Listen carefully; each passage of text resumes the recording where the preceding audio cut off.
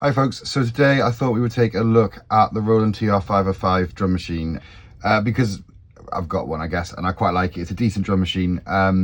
Obviously there are much more famous drum machines, or much more, I guess, widely loved drum machines in the TR series, like the 707, 909, 808, all that sort of good stuff. I still think it's a solid drum machine despite this, and it's got some really great, really usable sounds, which we'll go through like later in the video as well. I've used it a bunch. It's appeared on quite a few of the tracks I've released over the years. Probably the most notable one I think of is Basic Microwaving. Like pretty much all the drums on that are from this originally, so that'll probably be one of the sound demos I use in the video. So this drum machine came out in 1986 and was aimed at a budget market. It was considered a budget drum machine back then. And was priced at around $318 of 1986 money. And I'll put the amount adjusted for inflation on the screen now, just so we can all be shocked together about how much inflation has happened since 1986. In terms of reception, I don't believe this was massively well received by many people at the time. I think it was always considered fairly mediocre. I certainly remember when I was first getting into like electronic music in the sort of 2000s, this was very much considered quite a mediocre piece of kit, a very poor man's kind of cousin to the better TR drum machines, and definitely nothing particularly high end. I think it sounds all right, as I've said, but you know, I don't think it's the greatest drum machine in the universe. However, if you can get it for a kind of decent price, it's a solid piece of equipment. You know, it's budget basically. You can tell it's a budget piece of equipment because it doesn't have, say, separate outputs for the drum sounds, for each of the drum sounds. It doesn't have individual volume controls for the drum sounds either, like, you know, a TR-707 might, or an RX-505, or other similar, slightly more high-end drum machines of the day. I think first things first, you're probably maybe drawing some kind of visual comparisons to things like the TR-707, which is very much in a similar sort of style to this. And I guess in lots of ways, this is very much a descendant of the TR-707. In terms of the sampling specification of this drum machine, it's relatively lo-fi by today's standards. In fact, very lo-fi by today's standards. It's a sampling rate of 25 kilohertz and then a bit depth of 8, so 8-bit depth sampling there. Both of these combine together to make it super crunchy. Without wishing to get sidetracked for ages on Nyquist theorem, like in the last video, the one on the RX-5, suffice it to say that the fact it's only got a sample rate up to 25 kilohertz means that it can only accurately reproduce audio samples, in this case the drum sounds, up to the frequencies of 12.5 kilohertz, because effectively for digital audio to accurately represent something, it needs to have a sampling rate of double the maximum frequency that we're trying to replicate there. So that kind of gives everything kind of quite a solid, kind of almost a slightly low pass kind of sound, and then the low bit depth adds kind of a crunchy noisiness to proceedings, which I really like. To be honest, I was surprised that it was only 25 kilohertz 8-bit, because I remember a friend of mine before I got this, he had a 707 which we use a lot, and that always to me sounded much more lo-fi than this, arguably better, and the sounds were definitely had a lot more thump, a lot more punch, I think, than a lot of sounds on this, which is I think one of the criticisms of this drum machine.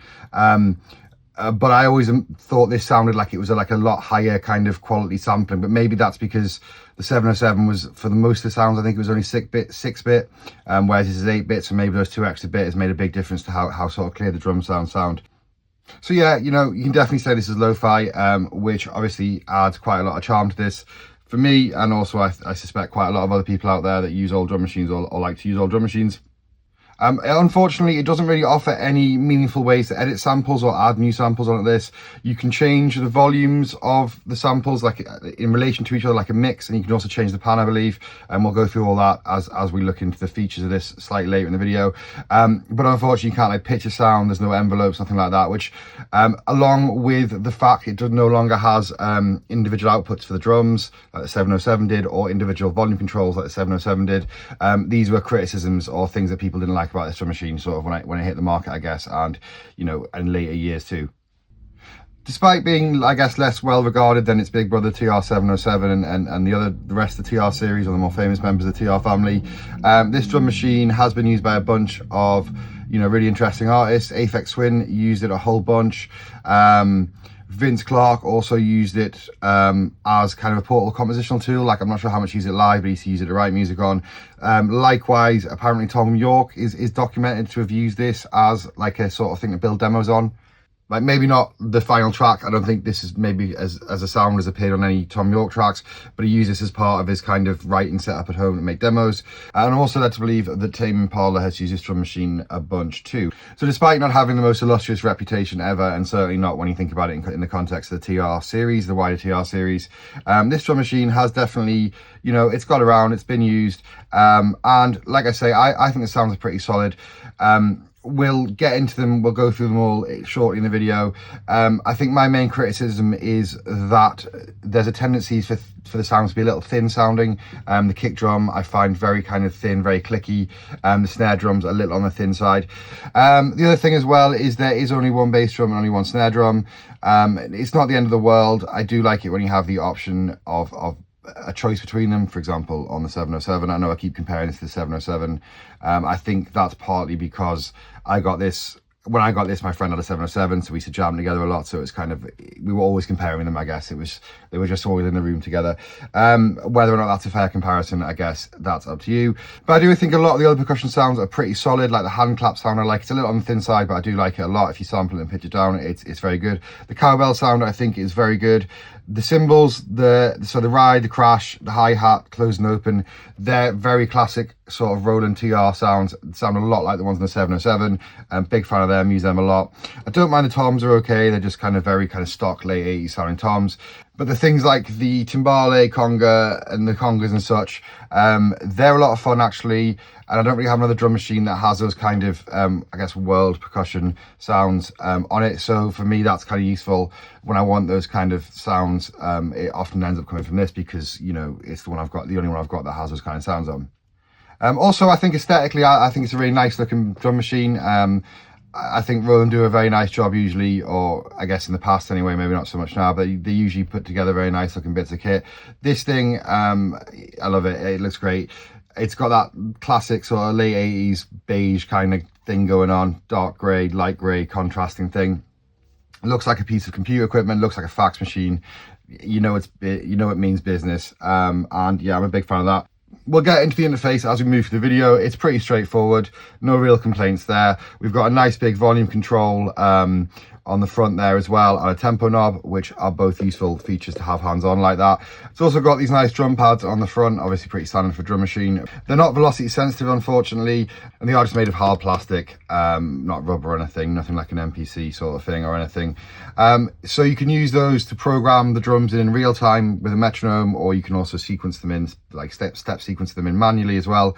So I guess the next thing to mention is the user interface. I think it's really nice. I think it's really simple. I think it's super intuitive, very well laid out. Everything's color coded, and despite the fact there's lots of buttons and it looks like there'll be a lot of menu diving, there really isn't too much. You just switch between modes, and then most of the rest of it's just on these buttons here.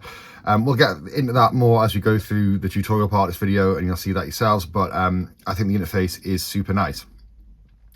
The general build quality as well is probably worth a mention. I think it's pretty solid. Yes, it's all made of plastic.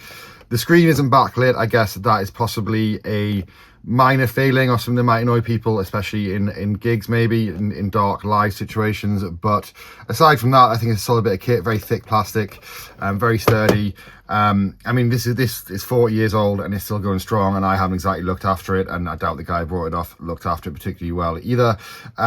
So I think that's testament to the build quality. So looking on the back of it, we can see the connections. There should be like a black plastic kind of label thing here, which labels all this. The guy I brought it off said it had just fallen off because the glue kind of degrades, and he couldn't find it basically. And to be honest, for 35 quid, I just wanted to get this drum machine and get out of there before he changed his mind. So we've got our left and right outputs. The drum machine is stereo. Interestingly enough, the right jack is the mono jack, not the left jack, which is normally what we see on gear.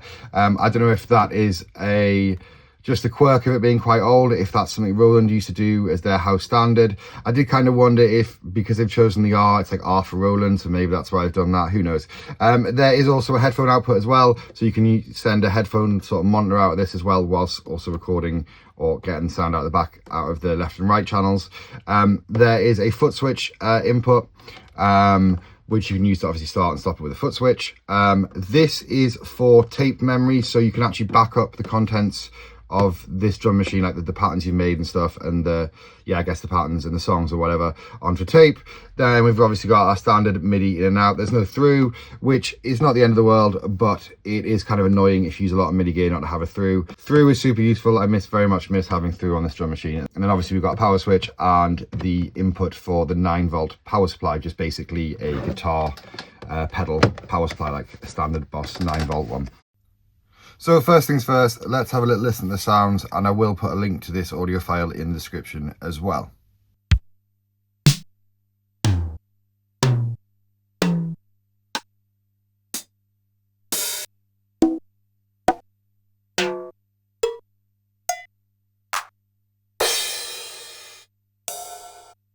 So I think that's a very solid set of sounds. Yes, I think the snare and the bass drum are quite thin, and a lot of the samples are quite short, but the cymbal and the hi-hats and that sort of stuff, they're really, really nice, I think, and I use them, like I say, quite a lot.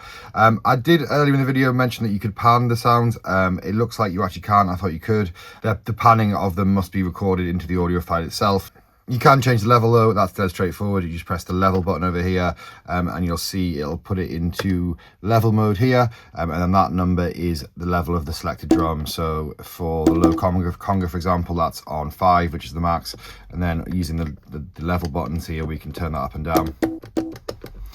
0 obviously being off, and then obviously incrementing in volume. So that's another common criticism of this drum machine, is that there are only 5 steps to the volume levels, which makes it a little bit awkward to control. I guess that's not too much of an issue if you're maybe using external MIDI devices with it, because you can use the velocity to control a greater range or a greater number of steps of volume. However, if you are just working within this drum machine itself, obviously that does limit things a bit. The next area to look at, I guess, is some of these buttons up here. So in terms of global settings, such as MIDI, you can access them by holding the shift key here and then pressing this button here, which you'll notice has a grey MIDI thing, which sort of matches up with the grey shift thing, kind of carrying on that theme on the interface there as well. To shift through the different kind of parameters, if you hold shift and then tap this, you can move through them. So we've got various ones to choose from. MIDI sync, for example, we can change that by going up and down with the level thing here. We'll put that back off so we can keep playing it without MIDI sync.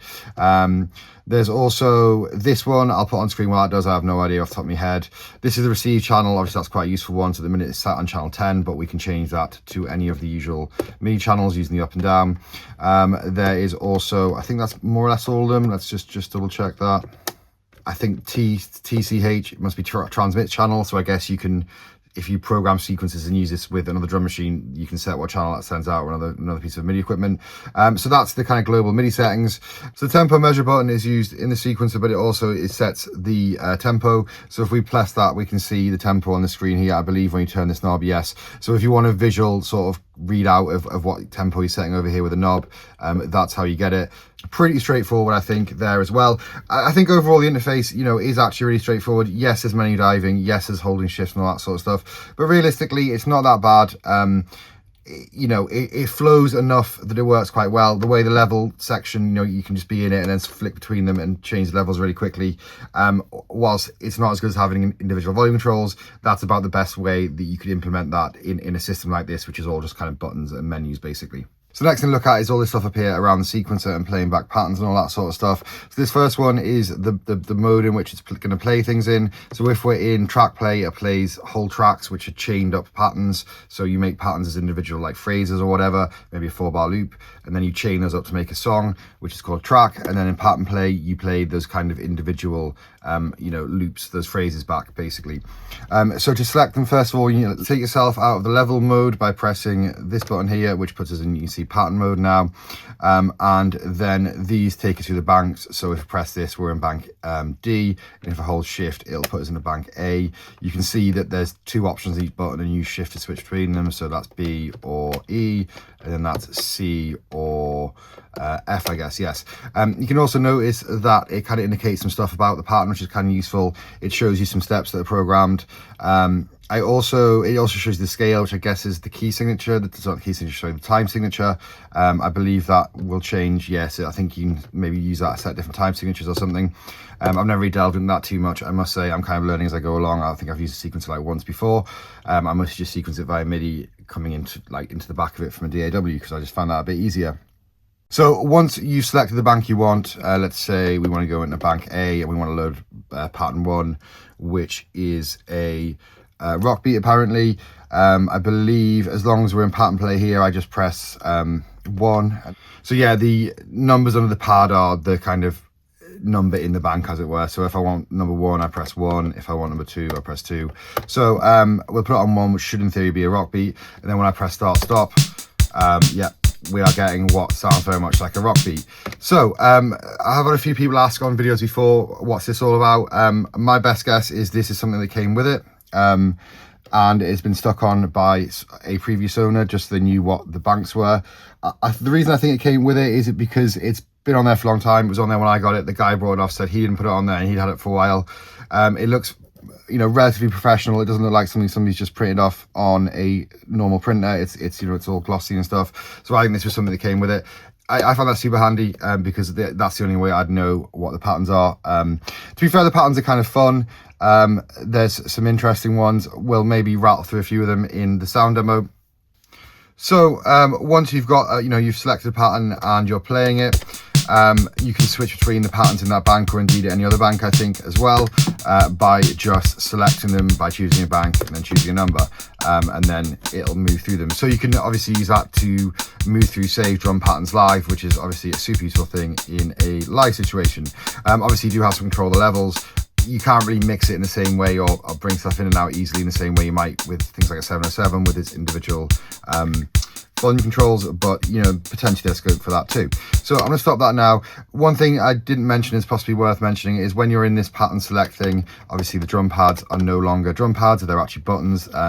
They do different things and you don't hear the drum sounds. If you want to hear the drum sounds again, you have to switch back out of it using the level button, and then you can hear them. You'll also see there's this indicator on the screen here which tells you what drum's playing. Obviously that is useful for the sequencing, things like that as well. So aside from the patterns, I believe the song mode is more or less the same. If we put it into track play, I believe these are the banks of tracks, yeah. And again, I think it's like a either or shift thing, maybe, yeah, 1 and 4, 2 and 5, I guess it says down there, 3 and 6, respectively. And then these, I presumably, will be the song within that. I could be wrong on that though. So let me see, we put on track 4. No, they just play the instruments. So I think actually perhaps we only have a maximum of 6 tracks that we can save. So let's maybe see if we can play track 1, see what that sounds like. Yeah, so that's the measure of the bar it's on. So I would kind of expect this to count higher up, like as it goes through different patterns and stuff. Yeah, and it sounds like the pattern's changing. So I guess this is song 1. Yeah, that's fun. I can vibe that. Stop that. So let's see what song 2 is. Again, this is just stuff that's came with it. Presumably this is the preset. I don't know if this was saved on it by a previous owner or if this is literally just the presets. Let's try track 2. Yeah, so you can see that's a different sign, I guess. So now I've had a look at the presets patterns which exist in the banks A, B and C.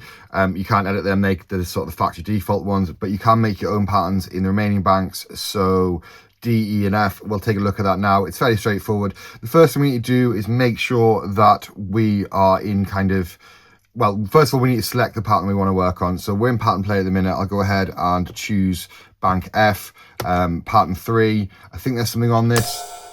Yes, there's something already on that, but don't worry about that. We'll clear that. So the first thing we need to do is move from the pattern play mode now into the write mode. So you'll notice this button has write here, which toggles through our different write modes. So step right is the one we're going to use. which is basically 16-step sequencer writing mode. Tap write is the real-time programming it in using the drum pads. We'll not look at that today just because I don't ever use that. So we'll go ahead and put it back into step right. And you'll probably notice as well, it's kind of reset the pattern to D here. So we want to go ahead and go back to F.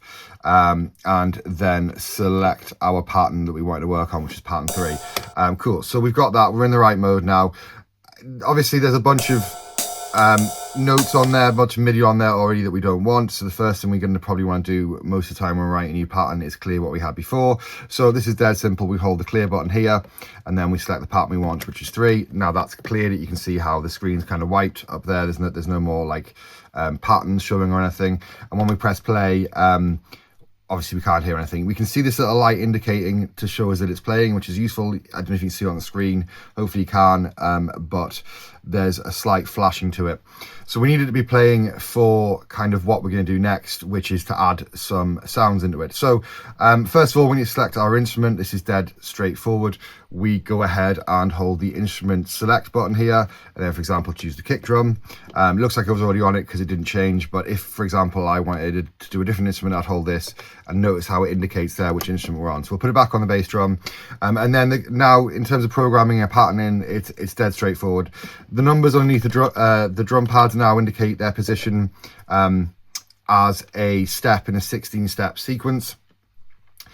So that's beat 1 of the sequence, or the first 16th of sequence. We can go ahead and add some drums in to make a drum pattern of some kind. There we go, nice little 4 on the floor thing. And now say I wanted to add another drum in. Again, we hold the instrument button and let's say select a snare, and we go ahead and add in a snare part if we want it as well. So we go, got a nice simple snare going on there.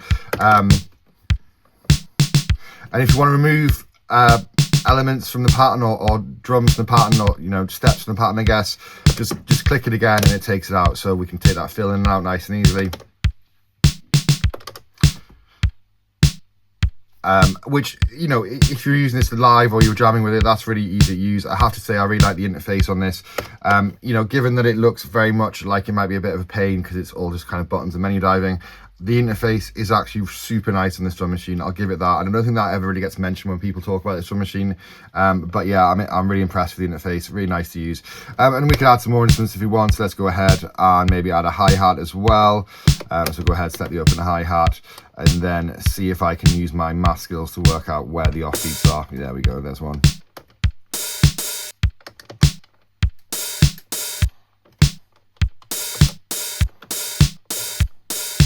Yeah, standard kind of stuff.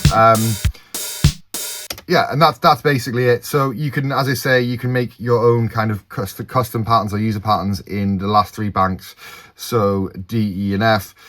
Each of them has 16 in it. So I guess that gives you the potential to do up to 48 user patterns. Is that correct? So my math's right there. Yes, 48 user patterns, which isn't loads, but I think that's enough for most things. And also realistically, in this day and age, you are not going to be, I think in this day and age, you're more likely to be sequencing this using other devices anyway, like a DAW or better sequencer or something. So I don't see that as too much of a failing. I do think people have complained about the lack of memory on this thing, because 48 user patterns and 6 songs isn't a lot really in the sort of modern age, and there is unfortunately no easy way to expand this other than using tape memory. And anyone who's used sort of tape memory, tape backup features and other synths in the past, or other pieces of gear in the past from this sort of era, will know that that is a bit of a pain. So it is not the best solution there. But with that all being said, like I say, a really nice interface, really easy to program. So that's kind of all the stuff I wanted to cover in terms of sort of tutorial aspect of this. We'll now go ahead and rattle through some sound demos, maybe play a track or two that I've made that uses this drum machine heavily.